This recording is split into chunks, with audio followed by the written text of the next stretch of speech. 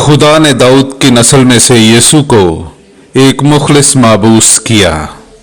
खुदा बाप और बेटे और उल कुदुस के नाम से आमीन। मेरे अजीजों, आइए हम खुदावंद अपने खुदा का शुक्र करें जिसने आज का ये खूबसूरत दिन हमारी ज़िंदगी में बढ़ा दिया। तो आइए अजीजों, हम आज के दिन का आगाज़ बाइबल मुकद्दस की तलावतों से करते हैं। आज की पहली तलावत रसूलों के अमाल उसका 13वां बाब 13वीं आयत से लेकर 25वीं आयत तक।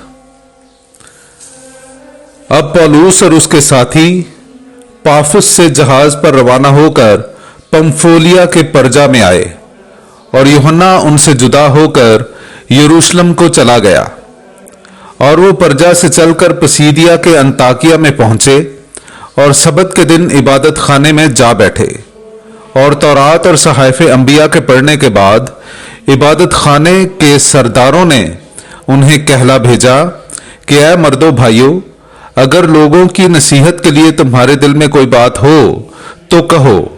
बस पौलुस खड़ा हो गया और हाथ से इशारा करके कहने लगा, ऐ इस्राएली मर्दो और ऐ खुदा तरसो, सुनो।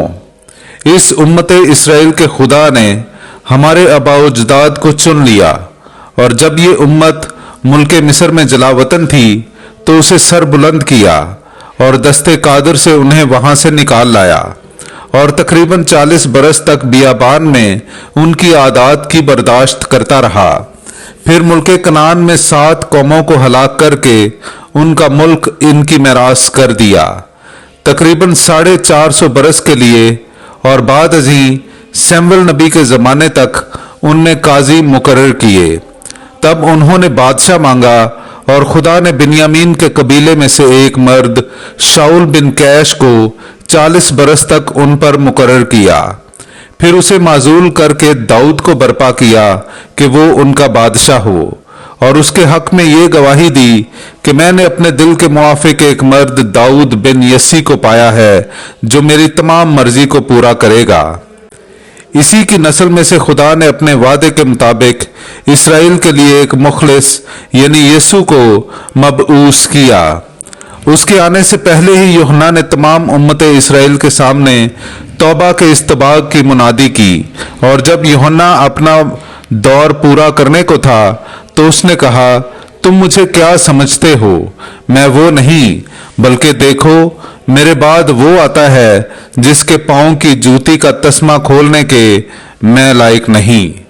पाक कलाम का पढ़ा और सुना जाना हम सब के लिए बाइस बरकत हो। खुदा का शुक्र हो।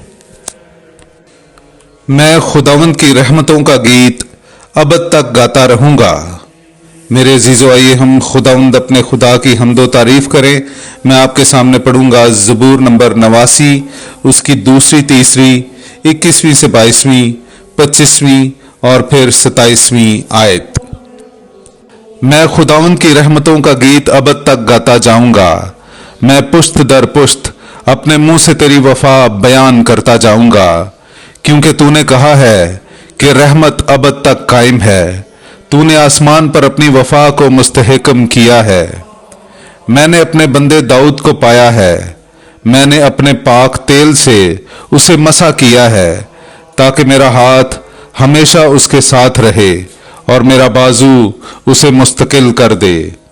मेरी वफादारी और मेरी रहमत उसके साथ होंगी और मेरे नाम के सबब से उसका सींग बुलंद होगा।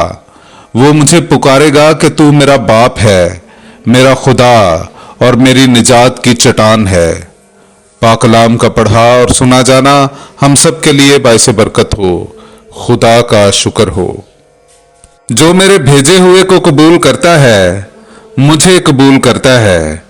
मेरे अजीजों, आइए हम आज का इंजीली इक्तबास सुनते हैं। इंजील मुकद्दस बाब मुताबिक मुकद्दस यूहन्ना उसका 13वां बाब 16वीं आयत से लेकर 20वीं आयत तक। मैं तुमसे सच सच कहता हूं कि गुलाम अपने मालिक से बड़ा नहीं होता और ना भेजा हुआ भेजने वाले से बड़ा होता है। अगर तुम ये बातें समझकर उन पर अमल करते हो तो तुम मुबारक हो। मैं तुम सब की बाबत नहीं कहता। जिन्हें मैंने चुना है उन्हें मैं जानता हूं, लेकिन ये इसलिए है कि ये नविश्ता पूरा हो कि जो मेरी रोटी खाता है उसी ने मुझ पर एड़ी उठाई है। अब मैं उसके होने से पेशतर तुम्हें जताता हूं, ताकि जब हो जाए तो तुम ईमान लाओ कि मैं वही हूं। मैं तुमसे सच सच कहता हूं, जो मेरे भेजे हुओं को कबूल करता है वो मुझे कबूल करता है, और जो मुझे कबूल करता है वो मेरे भेजने वाले को कबूल करता है। पाक कलाम का पढ़ा और सुना जाना हम सब के लिए बाइस बरकत हो। खुदा का शुक्र हो।